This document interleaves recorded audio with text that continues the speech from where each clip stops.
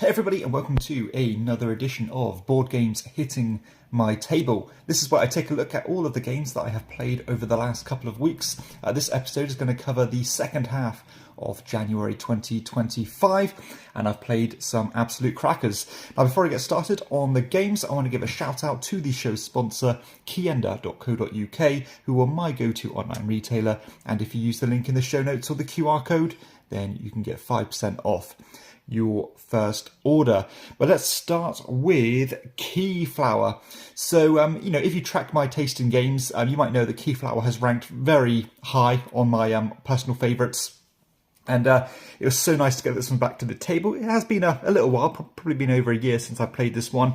I did play with I believe the Merchants expansion. I've not tried the other one, so please do let me know if that one's any good either, the farming one.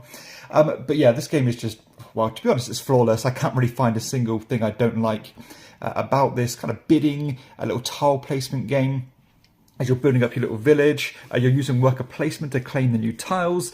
But once you claim a tile, or once you bid on a tile, it will lock it in on this particular colour of meeple. So the economy is so fantastic as you are swapping meeples between all the players. Lots going on here. A real cool kind of hybrid game that synergizes everything so beautifully. So I think I managed to squeeze quite a nice win out of this one because I ended up picking up one of the end game tiles that scored me points based on every winter tile that I collected, and I ended up winning all of the kind of extra tiles through the boats and player order and stuff. So all those started to ramp up and exponentially increase my ability to score points. But it's nice how you can approach this game in so many different ways. I'm not sure if the expansion material in terms of the blocks that you can collect from the expansion, I've not got an image here. I'm not sure if they add too much, but I did use, I think, one or two of them. So it's nice to have as an option, and I don't think it hurts the game, but I don't think it particularly makes the game better either. But still, this game is so good. I mean, as good as it gets when it gets to a Euro. So it'll be interesting to see how this ends up on my rankings this year. That is Keyflower. Speaking of personal favourites, I played a two-player game. By the way, I played Keyflower at three-player, I believe. I played a two-player game of Ra. Ra is one of the only bidding games that works really well at two players. Really nice how this game's had such a big resurgence in the last couple of years. One of the best auction games of all time by the great Dr. Rainer Knizia. This one I really did pull away when it came to collecting the pharaohs. Apologies for the siren in the background. And I think actually for the first time ever, I actually managed to pull off having 5 of the different characters in one round. And I think that scores you like 15 points or so, which is a really strong amount of points if you're familiar with Ra. I think my opponent mainly did focus on the Niles, and quite interestingly, all the flood tiles came out really early in the game. So by the end of the second epoch, we'd used them all, which is quite unusual because they're normally one of the rarer tiles. But yeah, just those few extra things. Getting duplicates of the same buildings, again, dominating the pharaohs through the whole game, and scoring those characters managed to pick me up the win. But again, another game I can't really find fault with, and it'll be interesting to see what the expansion adds to this game, because for me this is like perfection. If it can make it even better, I don't know if that's possible after all these years as well. So it'll be interesting to see what the new expansion has in store for Ra.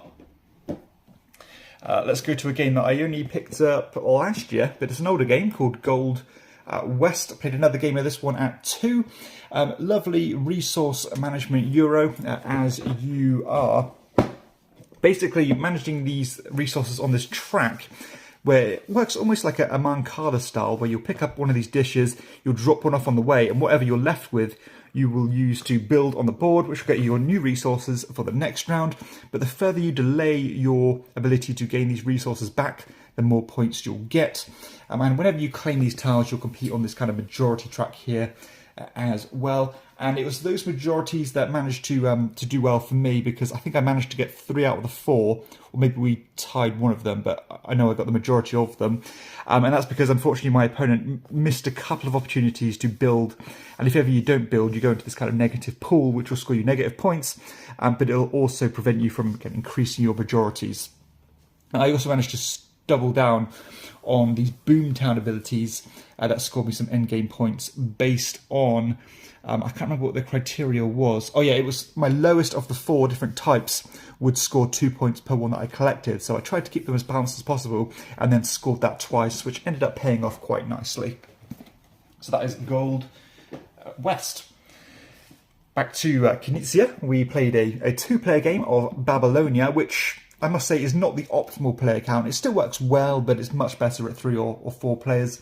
But I wanted it to get back to the table because, to be honest, I've been playing Rebirth more than this one recently, and they kind of butt heads on how similar they are. But I love them both so much that I'll keep them both. There's actually no image here really, but yeah, this one it's a simple little route building style game, trying to connect things together. Surround things and so on. I managed to, well, in the 2-player game the board is quite tight, so I managed to pretty much divide and conquer. So I got a big chain down the middle of the board which prevented my opponent from connecting one half of the board to the other, and ultimately that meant that I ended up scoring most of the cities, which my opponent couldn't do because they simply couldn't connect them because I had that kind of main vein down the board. But still, one of the best little route building token placement games out there at Babylonia. On to some smaller games now. I played Vale of Eternity, so I've been playing this quite a bit recently. I love this little engine building card game, but I tried it with the Artifacts expansion, which I'll show here.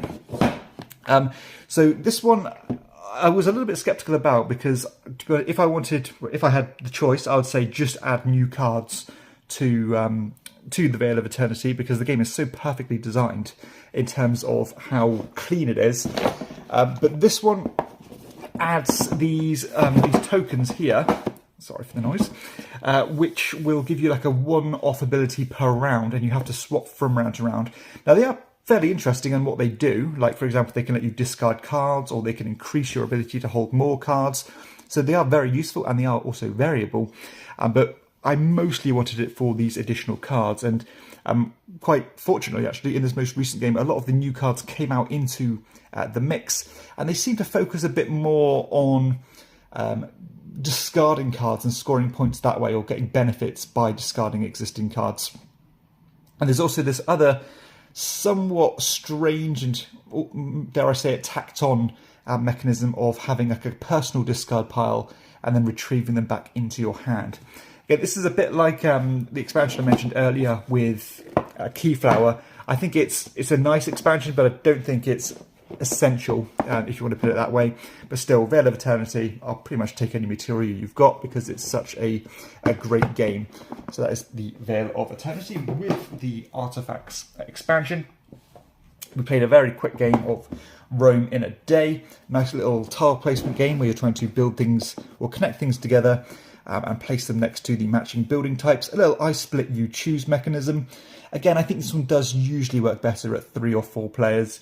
I did play it at 2 because I wanted to get it back to the table, and it's so lightning fast. And you're only looking at about 15 minutes to play this one at 2, which is a really good return on investment. So that is Rome in a Day. Going old school now, one of the first games I had in my collection, we played a game of Patchwork. I did play this so much when I got into the hobby. I ended up getting quite good at this game. This was a bit of a crash to reality when I didn't do as well as I used to. But it was nice to get back to this little polyomino economic style game as you're trying to build up this economy of buttons. Wherever you cross this threshold based on this time track, you'll replenish your buttons, which will mean you can buy more tiles that you hopefully want. I can't even remember who won this game because I played this so many times, but it was nice to get, again, old favourites back to the table. That is Patchwork. And back to a few bigger games now. Kathmandu was a nice one to get back. This is a new game, a failed game actually, that's definitely flown under the radar and failed to generate any buzz because it, of course, has been kind of lying in the shadow of games like Civolution. This one is, again, one of his newer designs. From the City Collection, it's not actually a reprint. It's actually a really cool racing game that's more on the family-friendly end of the spectrum as you're racing through these boards, going through these different terrain types, You're using dice to do that, but depending on the dice you use, it's going to show which resource you get, which can give you abilities to do different things, such as collecting these special cards that will give you special abilities. You can collect these compasses that will let you kind of go across in the right direction on certain boards. You can get these items by visiting these different kind of sanctuaries, and so on. Now, there's kind of an all-in mechanism here that you need to be careful of, which is if you collect these animals, they score based on how many you have in relation to the other players. And in this game, unfortunately, I managed to collect them all, so they scored me pretty much half of my points, which my opponent just simply couldn't gain on. And funnily enough, I did make it very clear that I was going to go for that strategy, so they might want to stop me, and they still didn't. So that's that was on them, I suppose. But still, this is a really nice flow to it. You can play a 2-player game in around 45 minutes. It's not going to be for everybody because it is so light for a Feld. So there's kind of that juxtaposition of Feld versus a light family game. But for me it works, and I'm really charmed by it, and I enjoy it each time I play. So that is Kathmandu. And the last couple of games here, games that again I've not played for such a long time. The first one being Great Western Trail. So my friend picked up a copy of this one. I sold my copy quite a long time ago. But this was the new edition of the game. It's the base game. It's not the the New Zealand one or anything like that. I do like this game. I definitely appreciate it maybe more than I like it. My only issue is that I think it's a bit long and the pacing's a little bit off. But there's a lot you can do here. There's some good strategies. I really did feel like I was pulling teeth in this game because I didn't really build up a good engine of money. So I felt like I was struggling for money the whole game, and naturally felt like I was being kind of, backed into a corner because of that, where it turned out that I had quite a nice little points engine as compared to my opponents who had a really good money engine, but it wasn't really generating as many points as I was. I really did focus on, I believe, getting some good buildings down, and my other opponents focused on going along that train track, and the other one collecting all the most expensive cows they could. But it's a good game. I can certainly see why it's so revered. I would personally always choose Maracaibo over it. I think it has the fun factor. But still, it's a good game, albeit a little bit too long and sometimes a bit plodding. And the other game is Libertalia. So we played the original version of Libertalia, which I've had in my collection for so long now. I think it's been nearly 3 years since I played this one. This is like a little simultaneous selection style game where you have these characters with special powers, and they will trigger kind of 3 times. Basically, one is going up the track, one is going down the track, and then the other one is at the end of the end of the year or end of the round when they score. But on paper, I like everything about this game. It looks fantastic. Some of the abilities on the characters are super cool and innovative. But the game seems to just delve into pure chaos where you can't really predict what anyone's going to do. And I think there's too much or too many negative tokens in this game. It seems like whatever you do, you end up just eliminating someone's character or scoring negative points. So I would have liked to have seen maybe more set collection methods built into this game instead of just pure, take that abilities. But still, a game I like on paper. It just seems to be a little bit too chaotic for my own taste. I've not played the newer version, the Stone Meyer version, which just looks horrible. But, I think I'm done with this game, and I think it's been improved upon with so many other ones. For example, we talked about Valbara. I think Valbara does everything that Libertalia does, but in a much more succinct and tight package that's more fun, in my opinion. So that was Libertalia. Interesting to get back to the table, at least. So that's it. That's all of the games that I have been playing. Hopefully something on here has caught your eye. If you have enjoyed the video, please be sure to hit like and subscribe to the channel and check out my other content too. But for everybody else, I'll see you next time on Chairman of the Board. Bye-bye.